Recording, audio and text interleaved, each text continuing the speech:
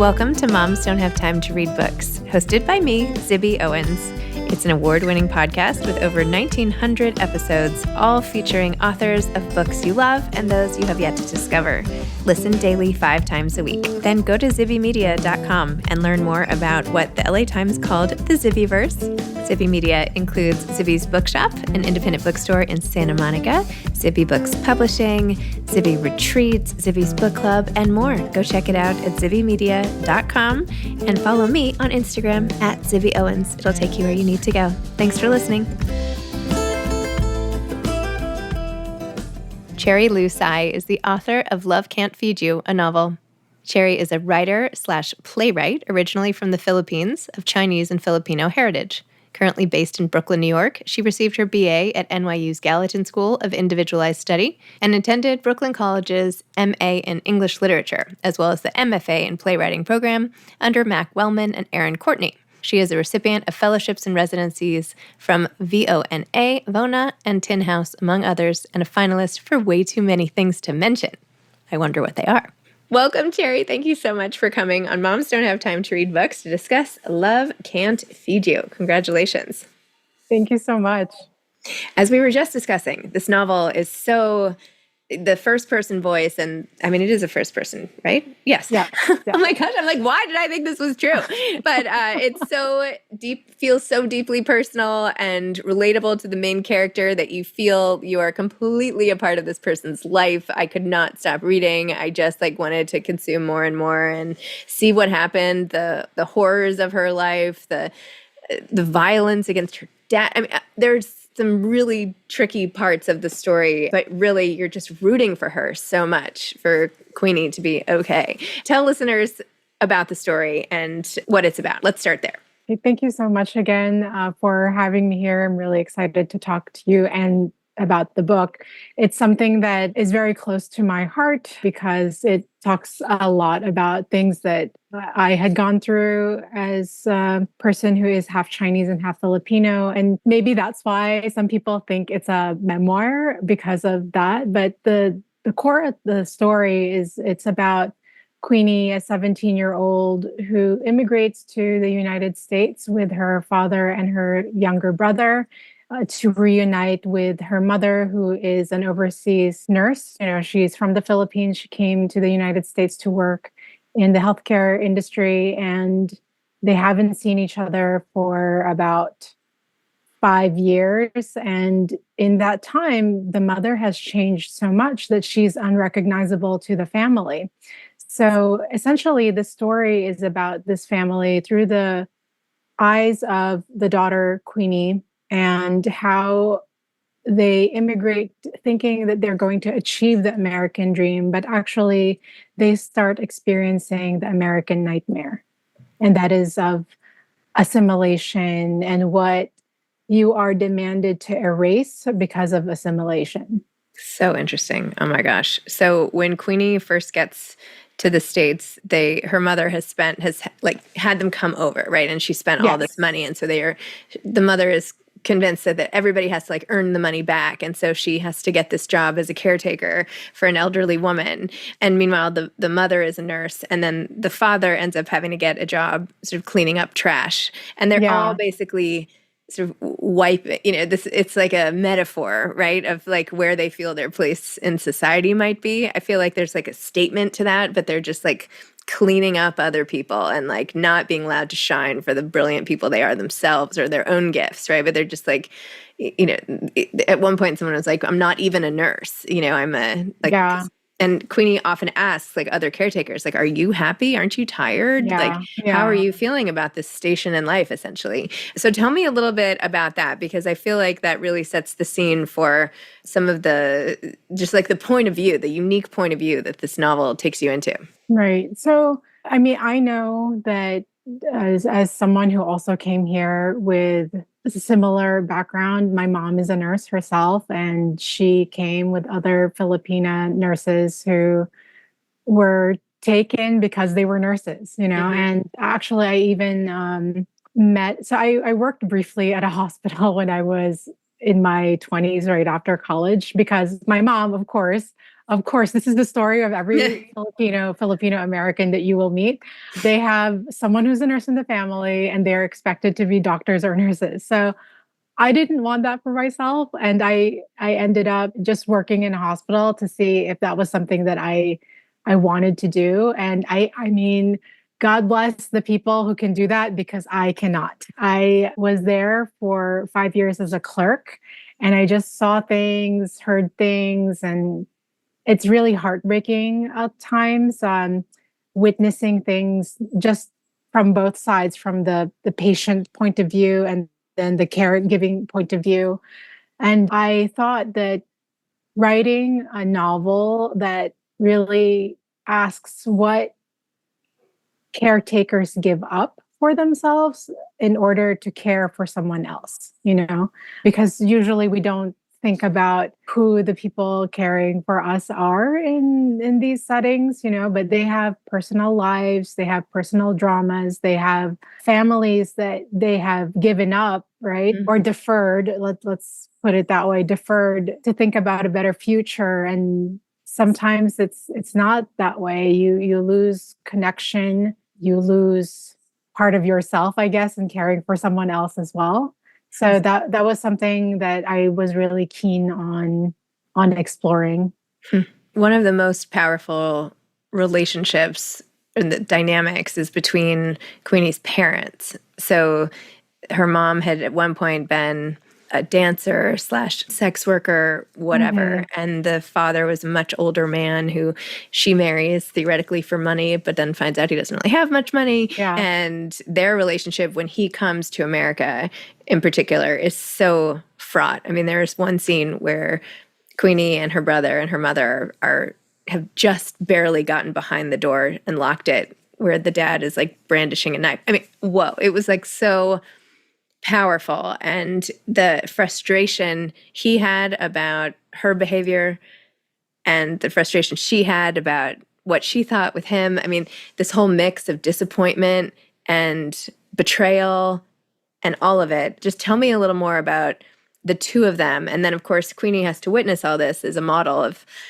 behavior and relationships herself. But this very toxic relationship is really, I feel like, at the heart of this story in some ways. Yeah, I mean, one of the things that I thought about, obviously, I had parents who had a similar dynamic growing up, because my dad is older and he's Chinese and my mom is Filipina, much younger. Okay, this is where I tell people, okay, my mom was not a go-go dancer in Olongapo City, okay?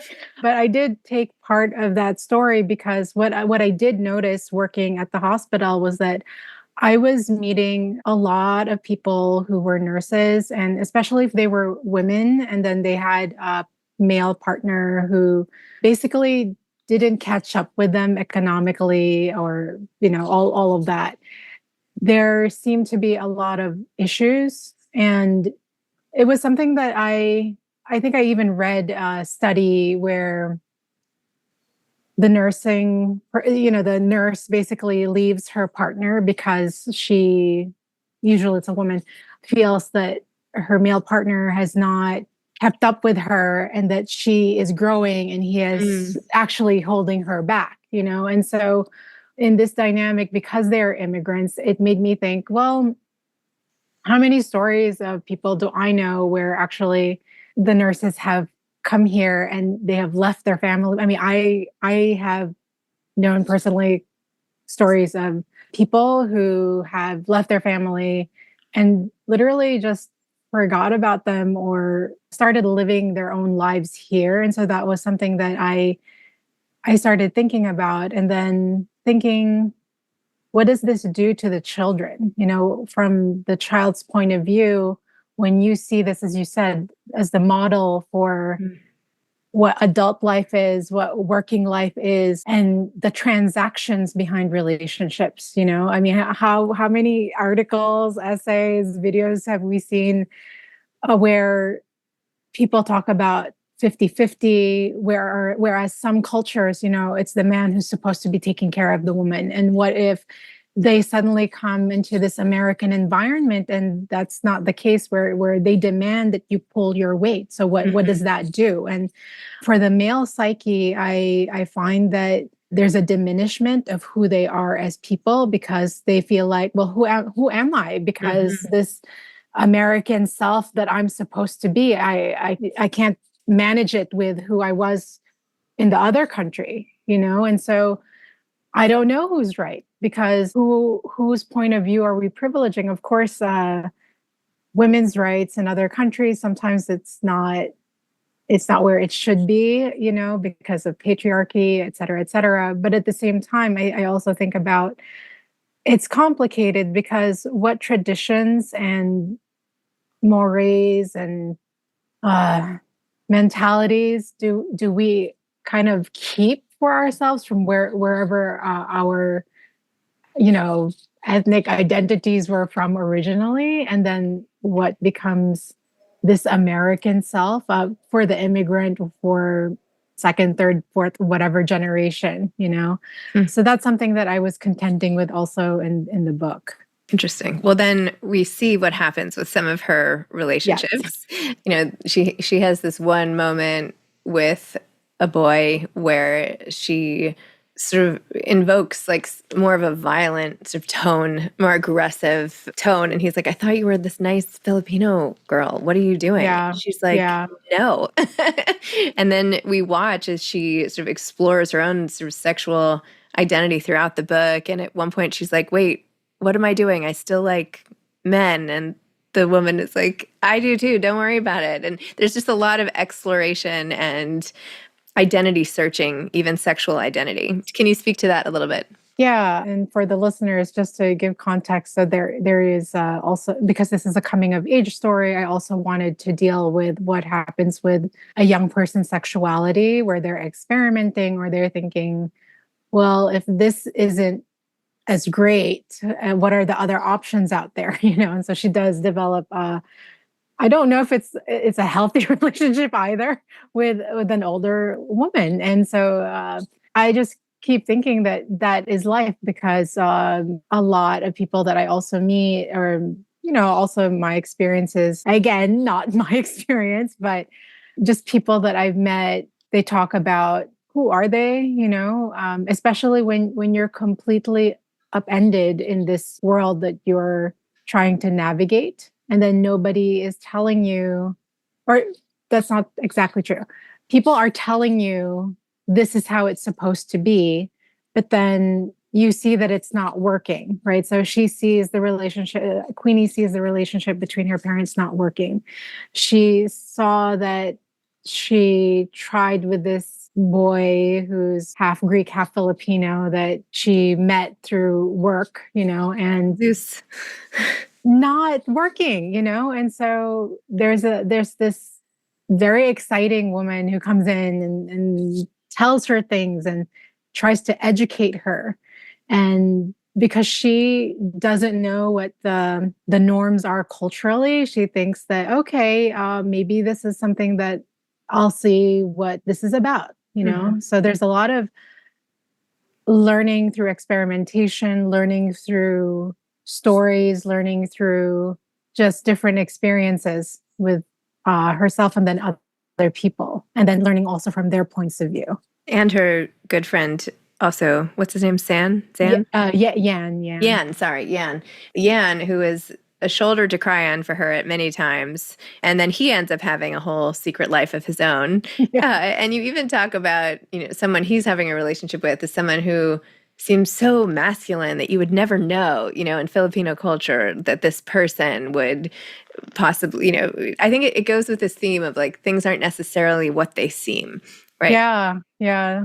There's this biblical allusion. What does it say? All that. All that sparkles doesn't shine. Yeah, yeah. So something like, all that's gold. Yeah. All that's shine is not gold. Something, Hmm. something to that effect.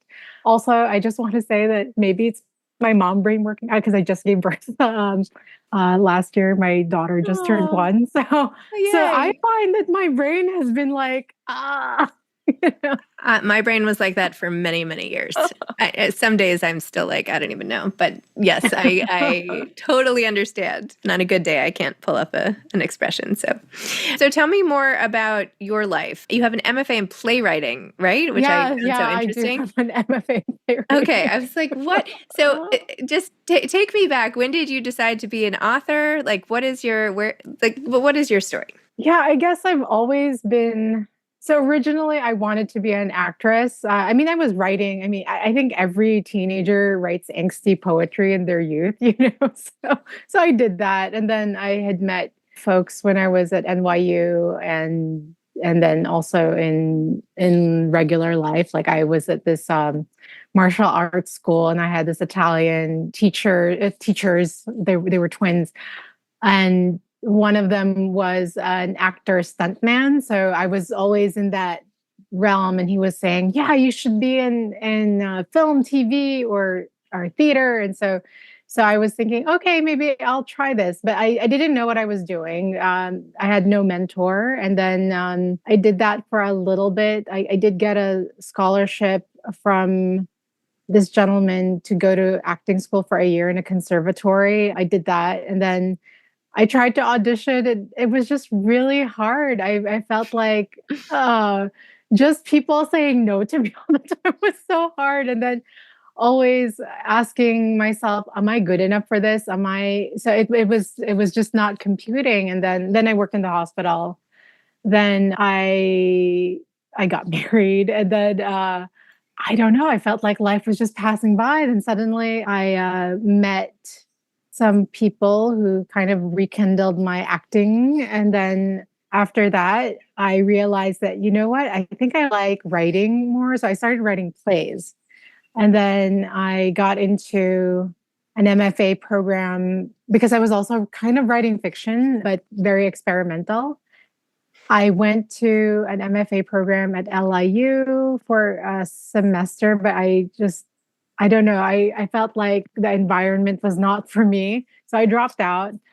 I ended up applying at the MFA program at Brooklyn College. They gave me a full ride. So I went there, and then I was still secretly trying to write prose.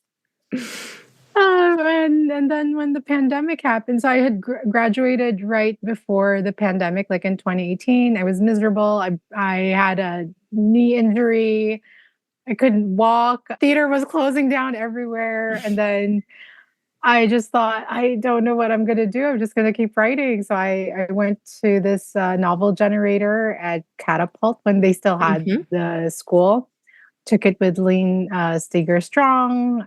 I had the first draft of this novel, and then it just snowballed from there, you know, where I just kept plugging away just because I was so miserable. Also, my dad had passed actually New Year's Eve 2020. And we did think in the beginning that something had happened to him because he was found at a bus stop in Coney Island.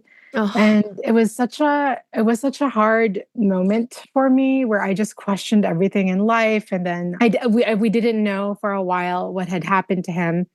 And I think it wasn't until I was joining a lot of these online, like these Zoom calls with a lot of Asian American artists, where there was this playwright, Julia Cho, when she heard my story about my dad, because I was so frustrated I didn't know. And then I described what had happened to my dad and how he looked. He had two black eyes, you know, he had a head fracture.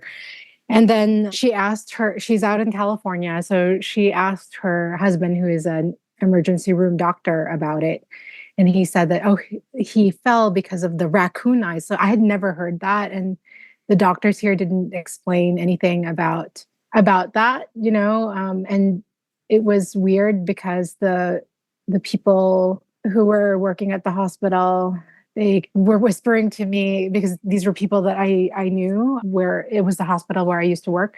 And they would tell me things like, oh, we think something like he was hit, you know? And so I'm getting these conflicting things, information, and I was so upset. And then 2 months later, my dad passed. Sorry. oh, Because I'm just remembering also the way how the doctor at the nursing home, where we thought he was getting better, had broken the news to us that he had passed away. And that was that he died and he gave us the wrong age, the wrong diagnoses. So we were thinking, are you sure? And then he just kept trying to call us to say to pick up the body, and it was very difficult because then I had to divorce my father as a person and then reduce him to, oh, he's a body now, and I think just working on the novel, I mean, that's why I dedicate this book to him. He had said, if you want to write, just keep writing. He said that to me when I was a younger person. So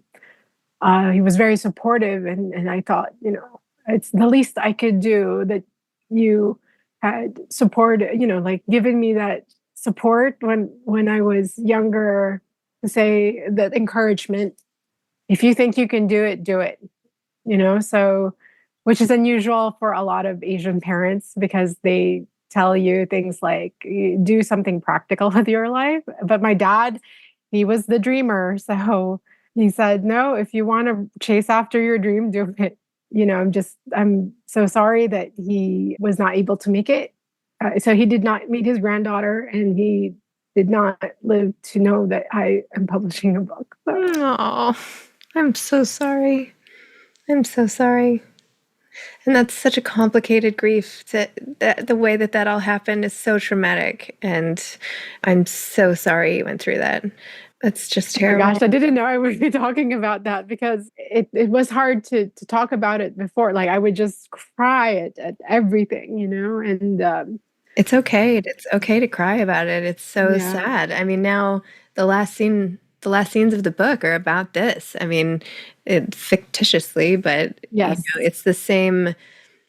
The reader gets a preview of this feeling of loss and confusion and end of life, the sort of degradation of someone you love so much and respect so much, who becomes someone to take care of and figure out what to do with. And, it's just heartbreaking. It's so heartbreaking. And you wrote about it beautifully. And I'm not surprised it's coming from such a place of personal experience. I'm so sorry.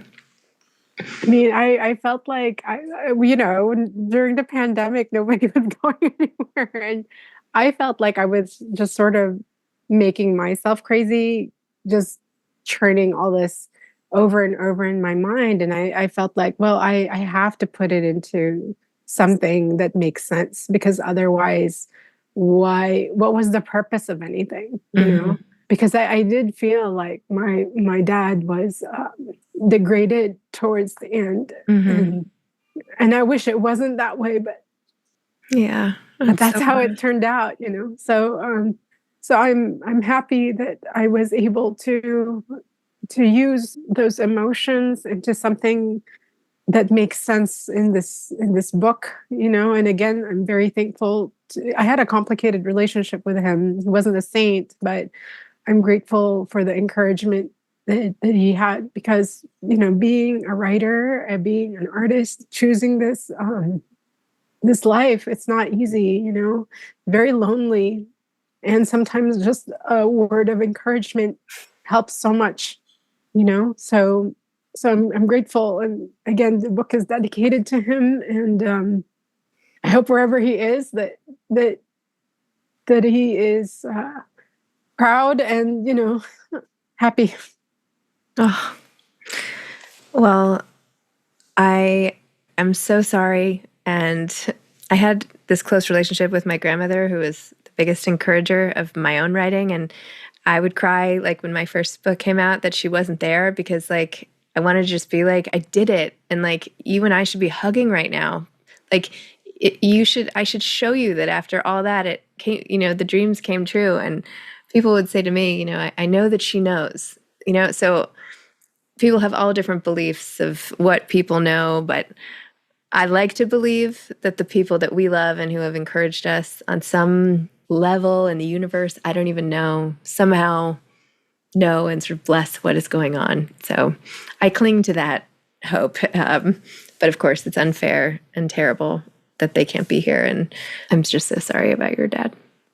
But it's beautiful how beautiful the tribute to him. And this happens to so many people. I mean, healthcare is so horrific in this country. And sadly, this is not the only time that this has happened. And I bet a lot of people out there will be so moved to hear about your experience, and it'll echo their own devastation and make them feel seen. So thank you for sharing your own experience with them in the book and today. Thank you. Oh my gosh, I'm so sorry. I'm crying. Why? Don't be sorry. I mean, oh God. I just cry at a drop of a hat, This is why I thought I would be an actress. Yeah. Look, grief, it never really goes away. It's right there, like pressing up right against, the littlest thing, Yeah. can make it come out, and that's okay. That's okay.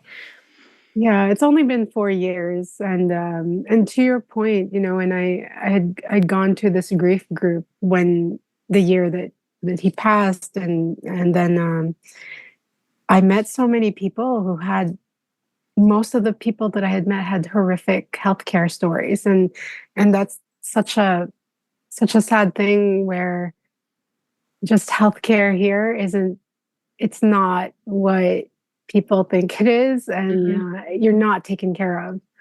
You're barely taken care of. I mean, one of the people that I had met actually, when it came time to talk about her plans for retirement, because her mother died only at 54, I think, and she was in her 30s, and she said that she hopes she has a heart attack and that dies right away. So that stayed with me.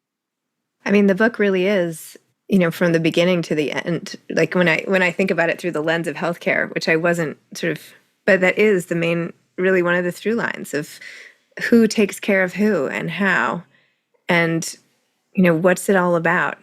Like, what is life all about if this is the way we take care of each other at the end? Like, what does that say about the life itself and how we live? I don't know. It's very profound what you write about. It's a really important examination of how a country takes care of its own and what that says. Yeah. Part of the American nightmare, I'll say. Oh. Are you working on anything else these days? Are you doing some writing? Yes. I try to write when I can, especially with a new baby. I'm actually working on a piece that's sort of taking my father and his death again as sort of the capstone, where he goes into the underworld. A character, not my father, but a character similar to my father goes to the underworld, and how his family reckons with the absence of him. So it's speculative fiction, and I'm really excited about it, because one of the things that I appreciated about my father, which was also really frustrating, because it was never stable. He was, I mentioned before, he was such a dreamer. I mean, things that he had done. He was a treasure hunter in the Philippines. Oh my God. He used to try to look for gold that was left by the Japanese or something. And it was just crazy. And it made me think he loved his adventures, and so I want to keep that tradition going, but in a literary fictive sense, where he is now, I mean, like a person, a character based on him is now unmoored and traveling and doing these exciting things in realms far from the physical, Yeah. So I'm really excited about that. It's amazing. And it's very different from this one, because this is, right. Realistic fiction. And this one now that I'm going to be that I'm working on currently, it's a departure. Wow. Well, Terry, thank you so much for the story and for how thought-provoking it was, and emotional, intense, transportative, if that's a word. And thank you for being so open with your feelings. And I hope that your father is at peace wherever he is. Thank you so much. And thank you for everything that you do for the writing community. Thank you. Okay. Thank you. All right. Bye-bye. Okay. Bye. Thanks for listening to Moms Don't Have Time to Read Books. If you love it, please leave a review and follow us on social at Zibby Owens and at Zibby Readers.